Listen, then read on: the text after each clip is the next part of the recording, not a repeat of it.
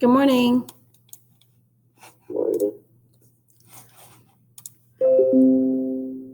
Hey, everybody. So, did you guys know that yesterday was Indigenous Peoples Day?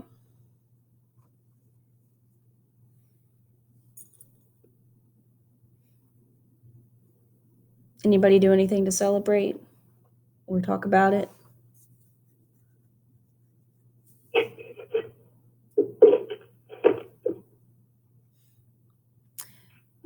So it's a pretty important holiday.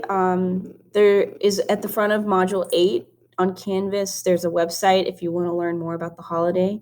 I also just discovered a really neat article on Newsela this morning that is about Native American seeds being reunited with their tribes.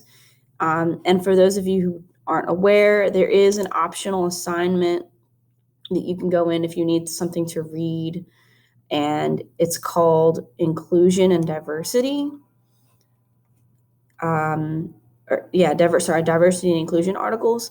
You're welcome to go in here and check this out. I just added this article in there, and there's a lot of other stuff in there too. There's also some articles about COVID if you're interested in reading about that, but I know that's kind of a tough topic. So yeah, happy National Indigenous Peoples Day. If you know anybody who's Native American or that identifies as an Indigenous person, make sure you tell them that you knew about their holiday and celebrated it. So we're going to go through Module 8. Just a quick reminder that if you haven't turned in any late assignments, like if there's something you still haven't gotten into me, I will be taking these up until Friday. So any late work that you need to turn in, I will take until Friday the 16th.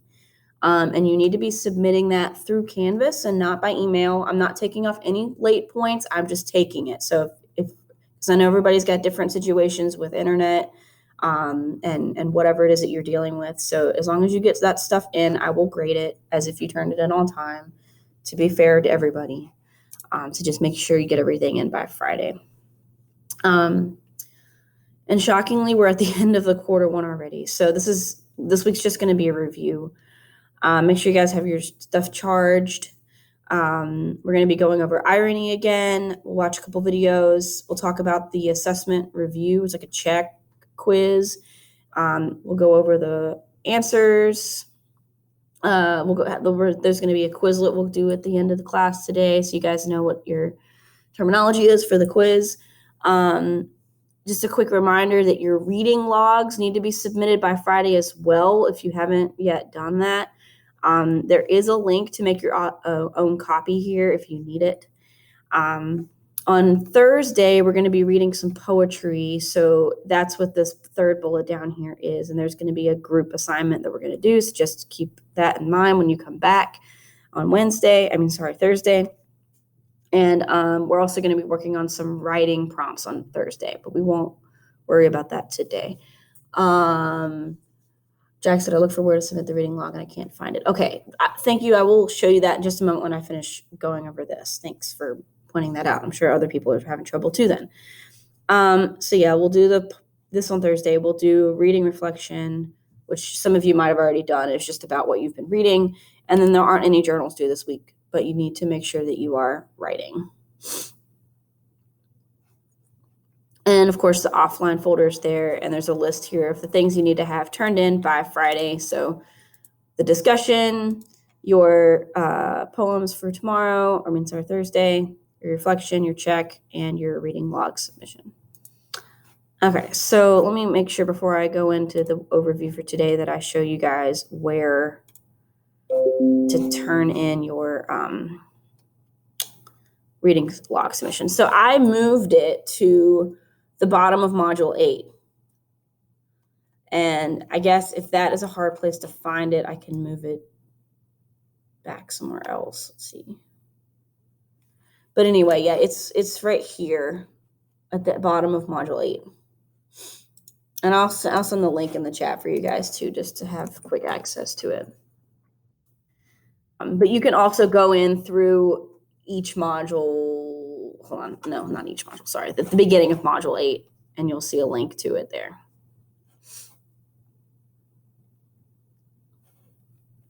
Does that clear things up for you, Jack?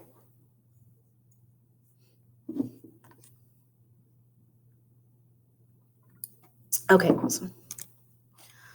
Okay, so 8.1. Here we go. So on a scale of 1 to 9 in rubber ducks, I'm going to zoom out of this so you can see all the rubber ducks. So, maybe look a little bit bigger. So yeah, on a scale of 1 to 9 on rubber duck scale, how are you guys doing today?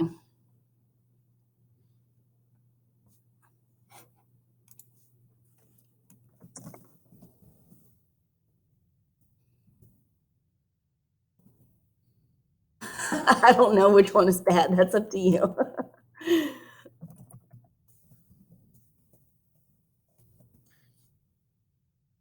Yeah, let me know in the chat, guys. That's cool. 1 to 9, I'm seeing a 2, a 3, a couple 5s, a 4. Oh, man. Yeah, 4. Okay. What about everybody else? Yeah, they are. Matt says they're increasingly flatter as the number gets higher. Yes. I just noticed that. Thank you for pointing that out. Okay. 5, 2. Okay. Okay. Right? Yeah. Yeah, I was definitely like a 1 or a 2 today. Yesterday, but today I think I'm kind of probably at a 4. Did everybody get a chance to respond? Anybody else? There's more of you here than there are responses. There we go. Okay, cool. Yeah, make sure, by the way, guys, I'm using this as a way to take attendance too, so make sure you're responding. Okay. So it seems like a lot of you guys are feeling kind of deflated today, or at least starting to lose some air. So sorry to hear that. It's only Tuesday. We got this. It'll be a pretty easy week. At least I don't know what you guys are doing in your other classes, but this class can be pretty chill. Okay, so we're going to spend this week reviewing what we've learned, going over irony again, and you'll have the opportunity to use some flashcards and take the assessment during class today. So, quick review on irony, because I think last week when we talked about it, I went through it really fast, and I'm not sure you guys really got it. So it's basically when someone is saying something that's totally opposite of what they mean or what the reality of the situation is. And I'm going to show you these 3 videos. Of course, you remember like the guy flipping over his car. It's ironic because he was not driving carefully, and there's a sign that says drive carefully. So dramatic irony is the first video we're going to watch. This is inherent in speeches or situation of a drama and is understood by the audience, but not grasped by the characters in the play. That's the key here with dramatic irony, is that we know what the problem is, but the characters, at least some of the characters, if not maybe all, sometimes just some of them don't know the problem. So that's the dramatic irony behind that one. So we're going to watch that video first. And I'm actually going to do this in a separate screen so that it's easier to watch. So just a second.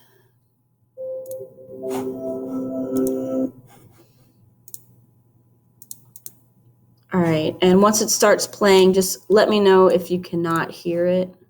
Otherwise, I will assume that you can.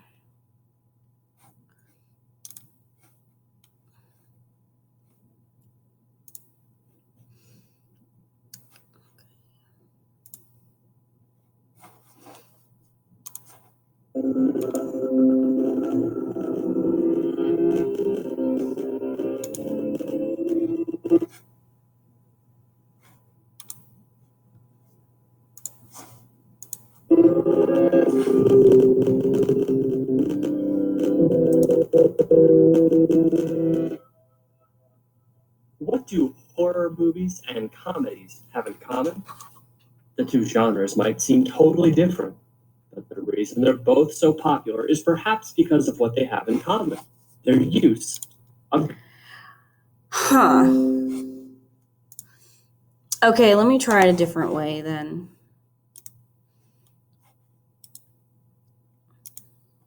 That's weird.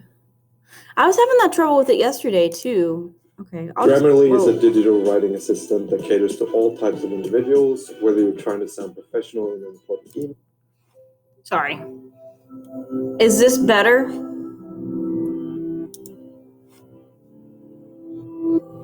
Okay.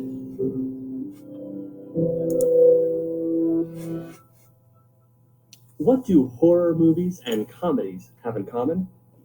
The two genres might seem totally different, but the reason they're both so popular is perhaps because of what they have in common, their use of dramatic irony. First, let's clarify. There are three types of irony out there. Situational irony is when you expect one thing but get the opposite. Verbal irony is when someone says something but truly means the opposite. Dramatic irony, though, is what we'll be looking at right now. Dramatic irony is when the audience seems to know more about an event, a situation, or a conversation than the characters in the movie, on the show, or in the book do. The audience is in on a secret that the characters have missed.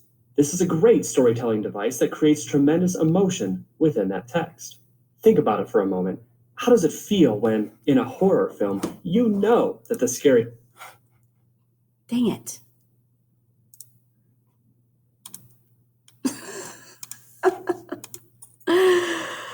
Okay, do you guys want me to start it over?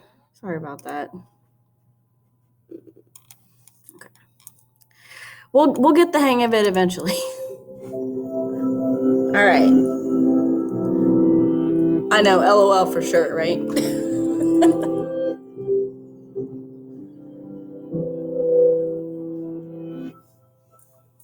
What do horror movies and comedies have in common? The two genres might seem totally different, but the reason they're both so popular is perhaps because of what they have in common, their use of dramatic irony. First, let's clarify. There are three types of irony out there. Situational irony is when you expect one thing but get the opposite. Verbal irony is when someone says something but truly means the opposite. Dramatic irony, though, is what we'll be looking at right now. Dramatic irony is when the audience seems to know more about an event, a situation, or a conversation than the characters in the movie, on the show, or in the book do. The audience is in on a secret that the characters have missed. This is a great storytelling device that creates tremendous emotion within that text. Think about it for a moment. How does it feel when, in a horror film, you know that the scary villain is hiding behind that door in the darkened room? The music becomes eerie, the lighting creates complete shadows. This has to be bad for the hero. Of course, though, that hero must enter the room to find the villain. You feel tremendous tension and the suspense of knowing that someone will jump out and be scary, but you just don't know when. That tension is dramatic irony. You know something more than the characters in the film. Now, take the typical comedy. There will probably be some type of misunderstanding. Again, we know more of what is going on than the characters do. Picture two characters making a plan for a birthday surprise for their roommate, while that roommate overhears the entire conversation from the hallway. From there, confusion and misunderstanding occur, and the tension builds. But this isn't the same tension as the horror film, since it is probably pretty funny as the characters try to figure out the who's and the what's. But it serves as a great example of the tension and suspense of dramatic irony. This tension or suspense in both genres drives the story and keeps the plot progressing. The audience wants, no, needs, to see the tension of the dramatic irony broken either by the scary person jumping out of the shadows or by someone finally revealing someone's true identity and clearing up the confusion. So when you feel like you are in on a secret, that is dramatic irony, a hallmark of all the great writers from Shakespeare to Hitchcock.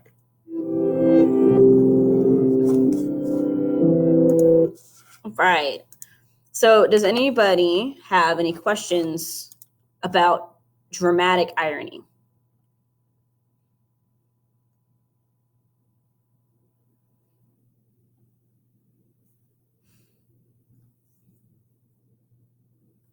And if not, can anyone think of the example from 11. Is it dramatic irony in all horror movies? I think it depends on the horror movie. We'll watch the other two, and you can answer that question for yourself. I'm not a big horror movie person, so I'm not the best person to ask for that.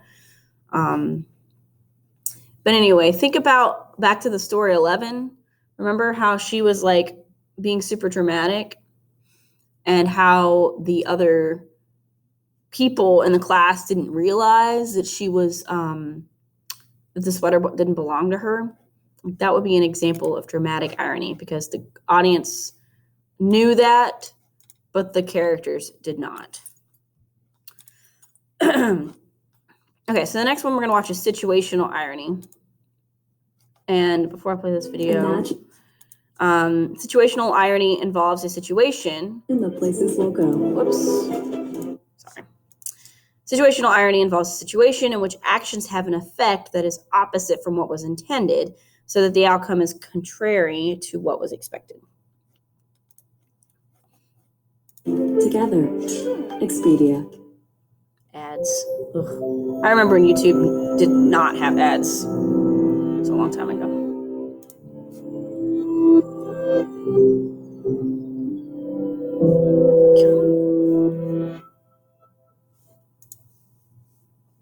Picture this.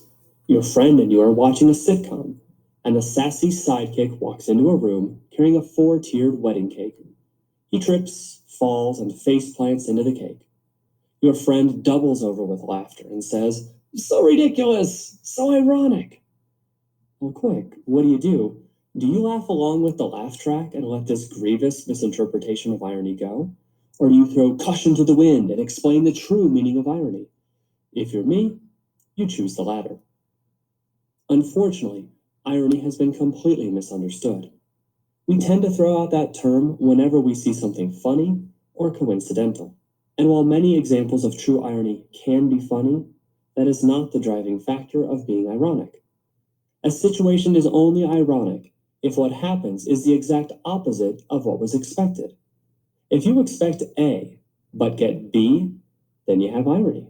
Let's take the slapstick cake situation as an example. When someone walks in, precariously balancing something that shouldn't be carried alone, trips, falls, and makes a mess, it is funny, but it's not ironic. In fact, you probably expect someone who is single-handedly carrying a huge cake to trip. When he does, reality aligns with expectations, and so that is not irony.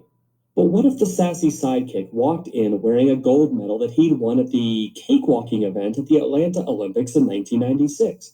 What if that sidekick was a professional cake carrier? Then maybe there would have been a reasonable expectation that he would have been more skilled when carrying a ridiculously large cake. Then, when that reasonable expectation was not met by the tripping sidekick, irony would have been exemplified. Another example. A senior citizen texting and blogging. The common and reasonable expectation of more mature men and women is that they don't like or know technology, that they have a hard time turning on a computer, or that they have the old brick cell phones from the 1980s. One should not expect them to be connected, high-tech, or savvy enough to text or to be blogging, which must seem like some sort of newfangled thing that back in my day, they never had. So when Granny pulls out her smartphone to post pictures of her dentures or her grandkids, irony ensues. Reasonable expectations of the situation are not met. That is irony. So while the cake dropper might not be ironic, there are all kinds of situations in life that are. Go out and find those true examples of irony. All right, so that was situational irony. Can anybody think of any examples of that?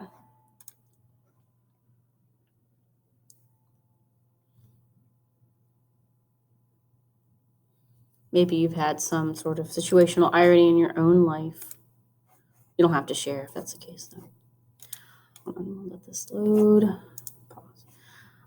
Oh, dang it. Okay.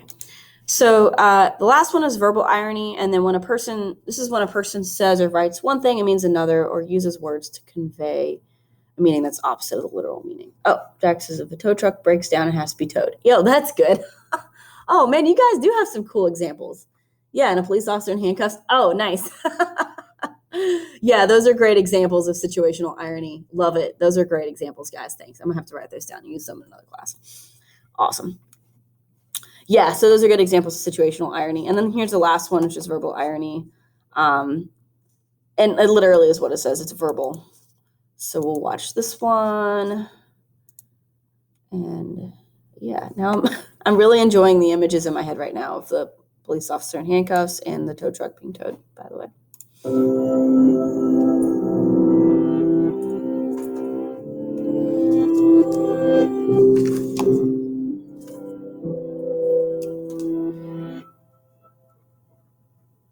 Great weather we're having. Awesome job. You're a tremendous athlete. Compliments, right? Well, maybe. Depending on the attitude and tone of voice behind these lines, they very well may be compliments. They may also be, though, pointed and attacking lines. This slight change of attitude behind the lines reveals what we call verbal irony.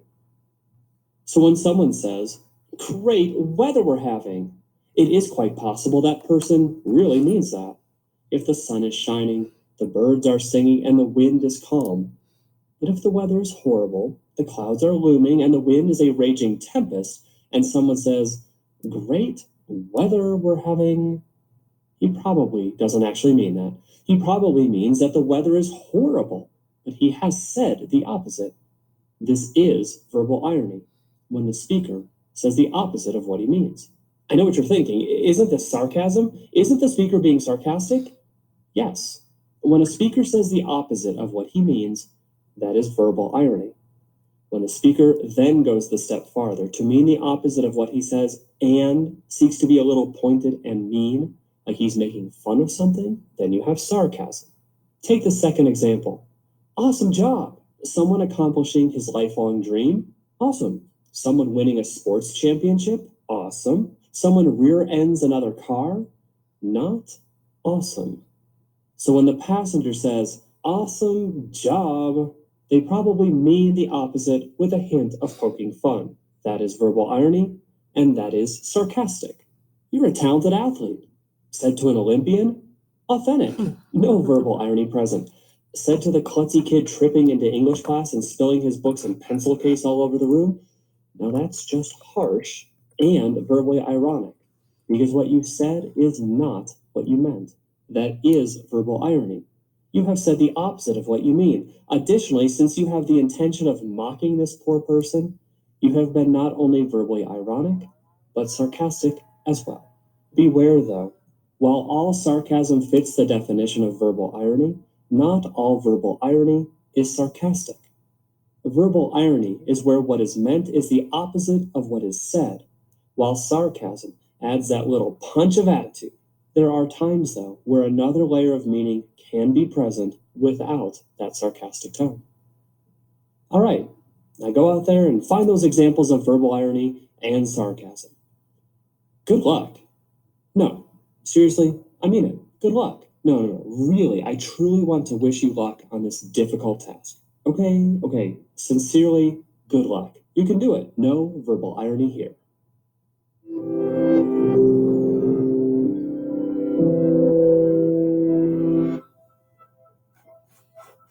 All right.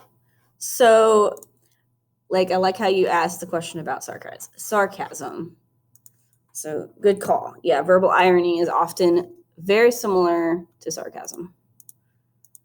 So, do you guys have any questions about irony? Yeah, I do too. I definitely use a lot of verbal irony in my life.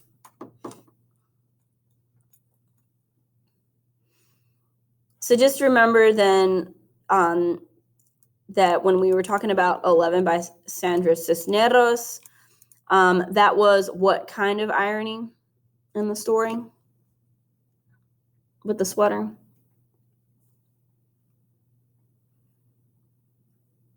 Yeah, see, Jack said dramatic. Anybody else? Yeah. Good job. Yeah, whoops. You guys are going to need to know that. Whoops. Okay, cool. So let's go over the review of the 9 weeks.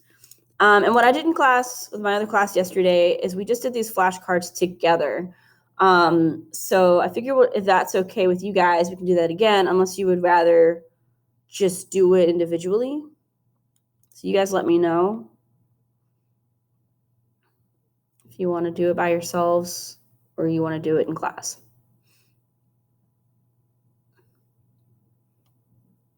Do them together? Okay, cool. The review, just they're like flashcards. There's 25 flashcards to go to get. Okay, so cool. And then yesterday my class suggested that next time we have a review, I do some like sort of Kahoot or something.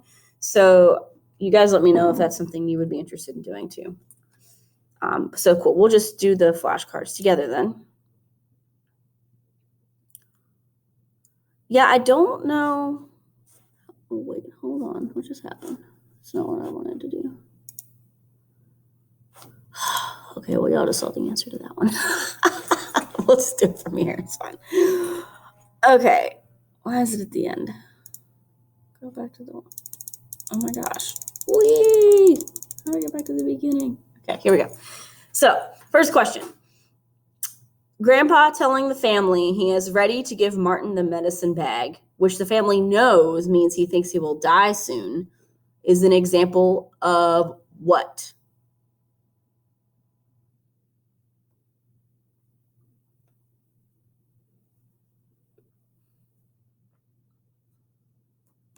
Five seconds.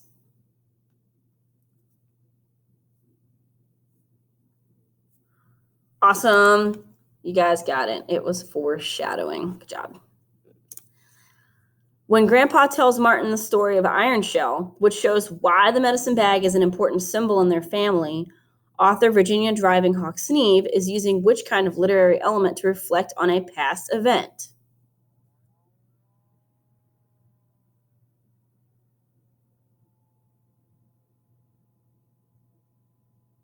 Three, two, one.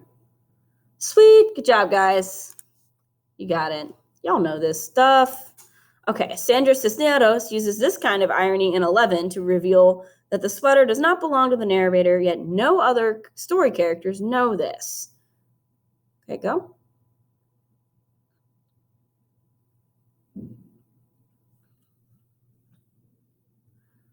Whew, you guys are on fire. Good job. 3 in a row. Someday he would marry Laura. They would get out of this neighborhood. They would move to a clean place and have kids. This excerpt from the story On the Sidewalk Bleeding shows that Andy and Laura want to move out of the neighborhood. This would be an example of what kind of characterization? Think about the Steele method. What kind of characterization was that?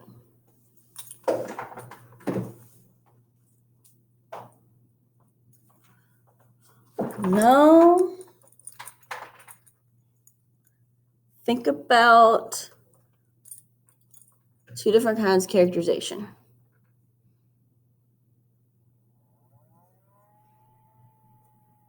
Starts with an I, if that helps.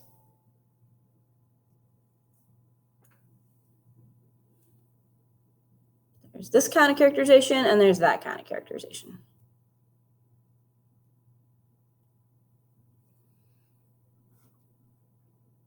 Okay, the answer is indirect characterization.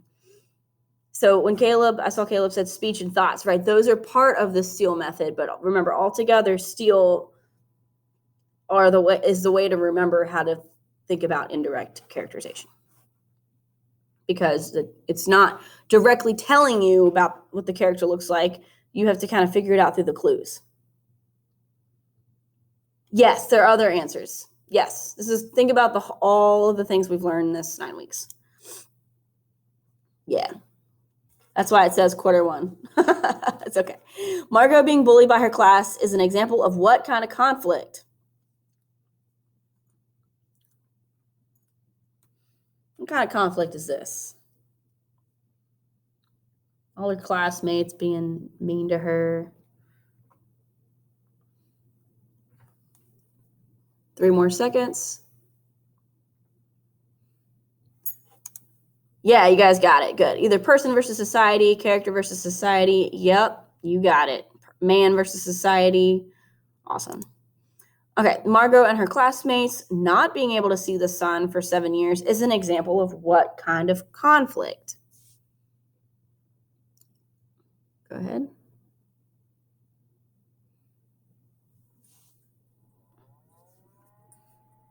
A few more seconds. Yeah, you guys got it. Character or characters, technically, versus nature. Society versus nature. Yep. Character versus nature. Right. Both. That's all correct. Yeah. Good job. Okay. Margot being unhappy with her life on Venus and wanting to go back to Earth is an example of what kind of conflict? She's not happy.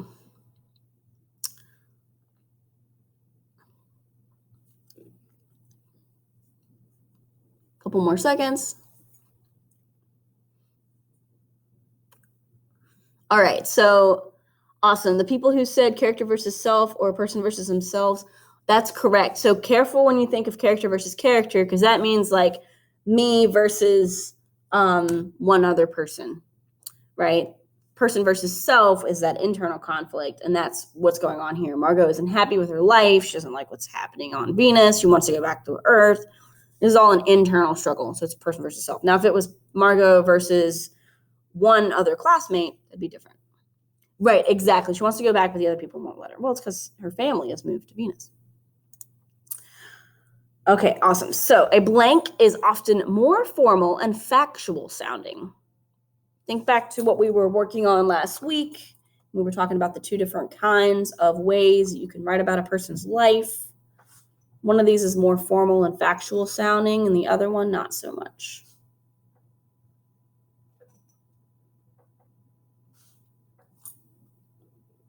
All right. Y'all got it. Biography. Good job. Okay. A blank, on the other hand, may employ more humor and casual writing. Okay. Go ahead. You got about 10 seconds.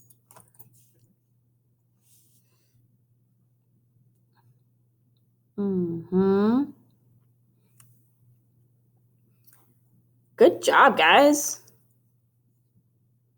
You're right. Memoir. Good work. Okay, writing a blank draft first is an important part of the writing process.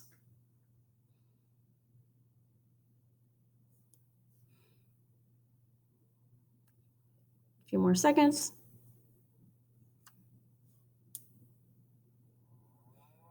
Awesome. Rough draft. You guys got it. And just as a side note, for those of you still having trouble saying my name, my last name, it's like B. Rough Man. So writing a rough draft, if that helps you remember, is like writing a rough draft for Miss Ruffman, Miss B. Ruffman. Okay, haha. I thought it was funny. All right. Andy from On the Sidewalk Bleeding is an example of a blank character. Blank character. Think about the 2 different kinds of characters that we learned about.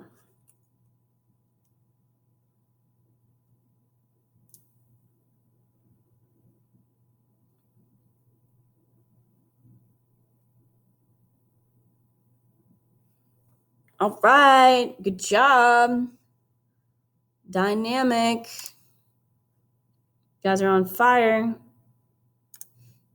Mrs. Price, the teacher from 11, is an example of a blank character.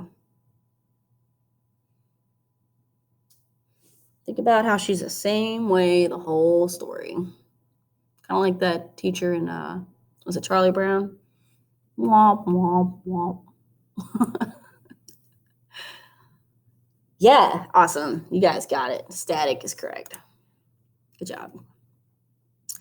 Okay, having a blank mindset. Now think back in time to like the very first couple of weeks of school where we're talking about having this kind of mindset as a way of reaching goals. Starts with a G.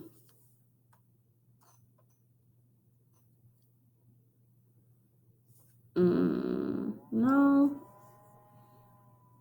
Think about a plant. Think of yourself as a plant. What do plants do? There we go. There it is. There it is. Yeah. Okay. Growth. Yeah. Having a growth mindset. That means you want to be thinking about growing. Green mindset. No. You want to think about growing as a way to reach your goals, right? Because you guys are all growing. So this is a great way. Thinking about being someone who can grow is a way to reach your goals. All right. Blank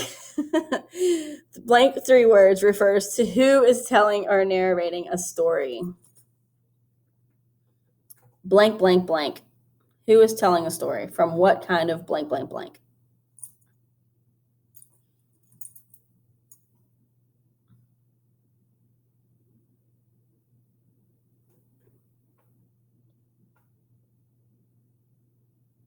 It's 3 words. There we go. Yeah. I think Emily got it first that time. Point of view, right. Point of view. Correct. That's how you say correct in Romanian, by the way. It's correct. You just wrote your R. Okay, blank person point of view is a mode of storytelling or a peripheral narrator in which a storyteller recounts events from their own point of view using the first person, I or we.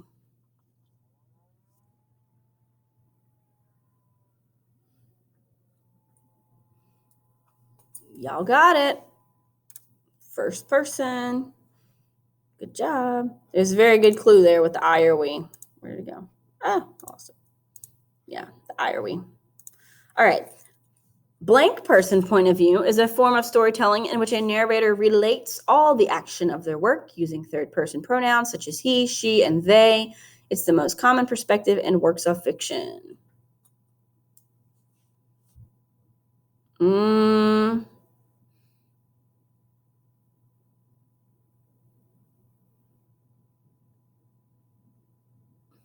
Yeah, y'all be careful there. There we go. Yeah. Remember, second person uses you. Like you went to the store and then you listen to the story and you blah, blah, blah. You. Third poison. Oh my gosh. Third person. It was a rough morning, guys. Third person uses he or she and they. And it is the most common perspective. You think about most stories, you see them in third person. That's okay. No big deal. All right. A blank is a central topic, subject, or message within a narrative. Central topic, subject, or message.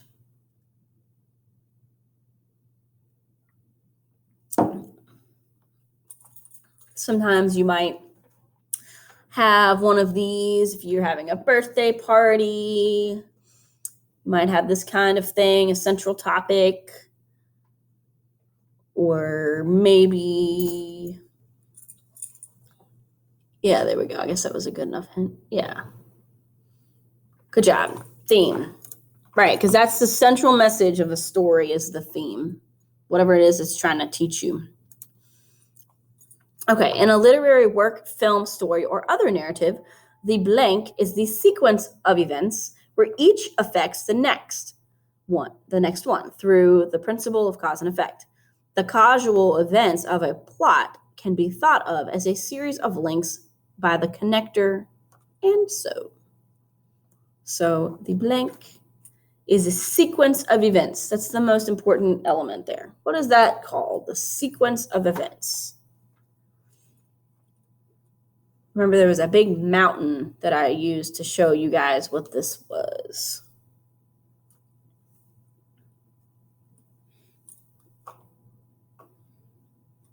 There it is. Yeah.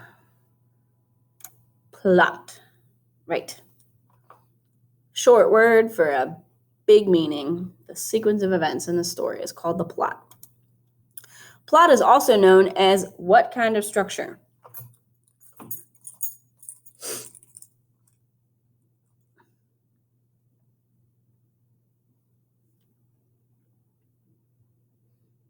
Blank structure. 3 syllables.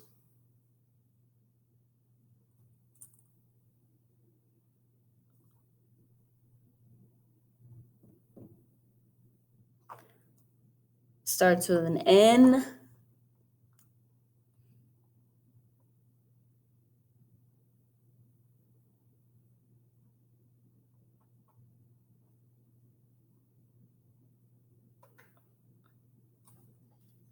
Blank structure.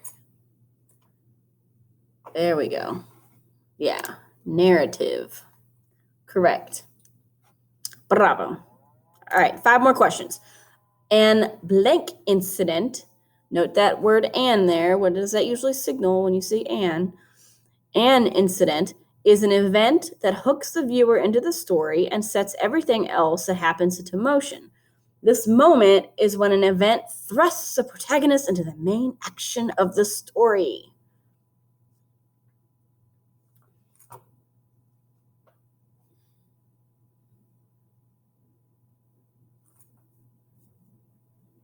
Oh, very close.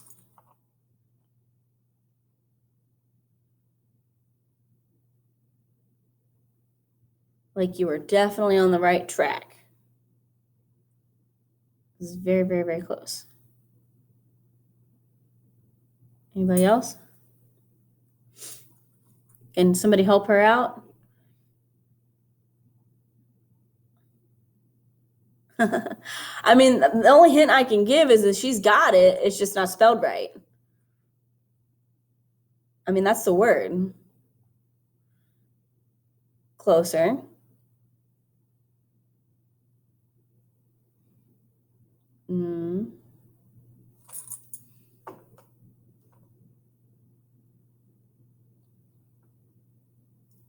Not exiting. There it is. Inciting. Good. It's an I. Inciting.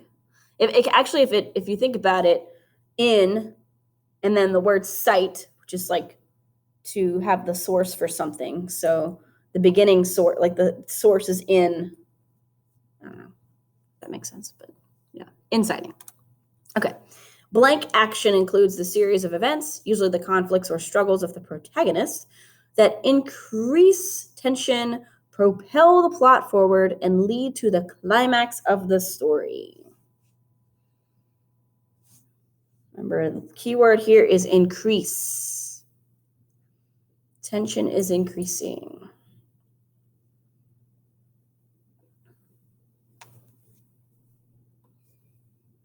Five seconds. There it is. Yeah, rising action. Right. It's like you're going up the elevator. Elevator of crazy things in the story happening. And then in dramatic and non-dramatic fiction, the blank is the point at which the highest level of interest and emotional response is achieved.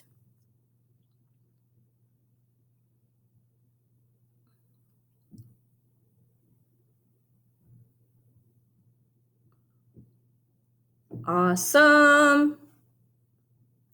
Climax. Good work. All right. 2 more questions. So blank action is what happens near the end of a story after the climax and resolution of the major conflict.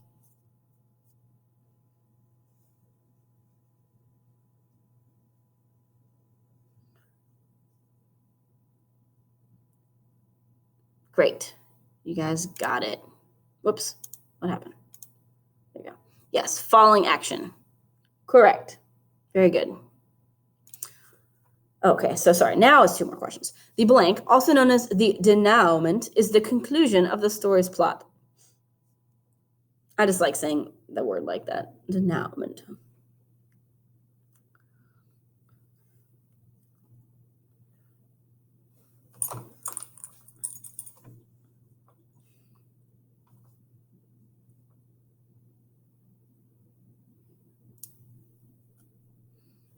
All right. Resolution is correct. All right, last question. Narrative blank is the insertion of background information within a story or narrative This information can be about the setting, characters, backstories, prior plot events, historical context, etc.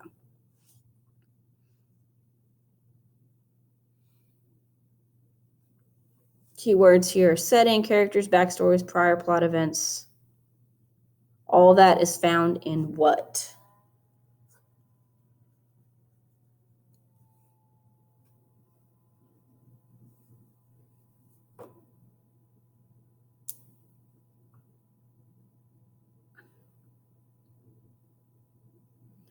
Do you need a hint?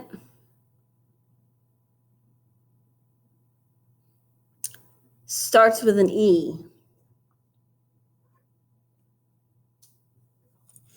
It was on the bottom left of the plot map.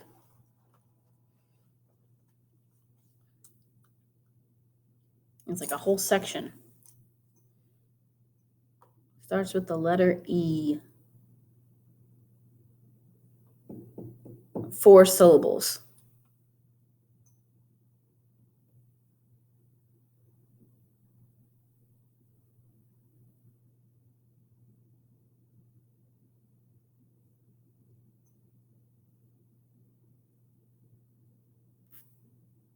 Oh, Lake and Ledger, you guys got it. Awesome.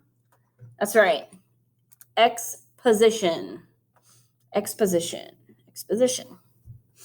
See if you can say that 5 times fast. Exposition, exposition, exposition. Ugh, I can't do it. Okay, awesome. So that was it. So when you feel like you're good, here is the link to the assessment check for everybody. It's only 20 questions. And when you are finished, make sure that you get this discussion about what you're reading done if you have not done that yet. So I'll share that with you. And that is basically what we're working on for the rest of class today. So feel free to go ahead and get that quiz done now.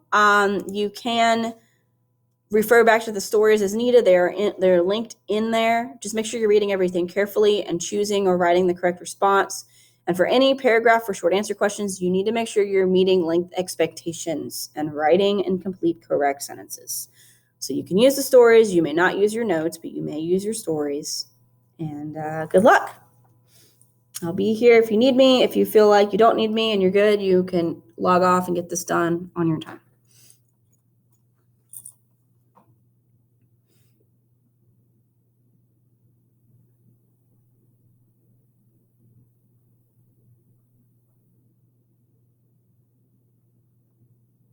Bye. It's Miss, by the way. I'm not married. No worries. See you guys. Good luck.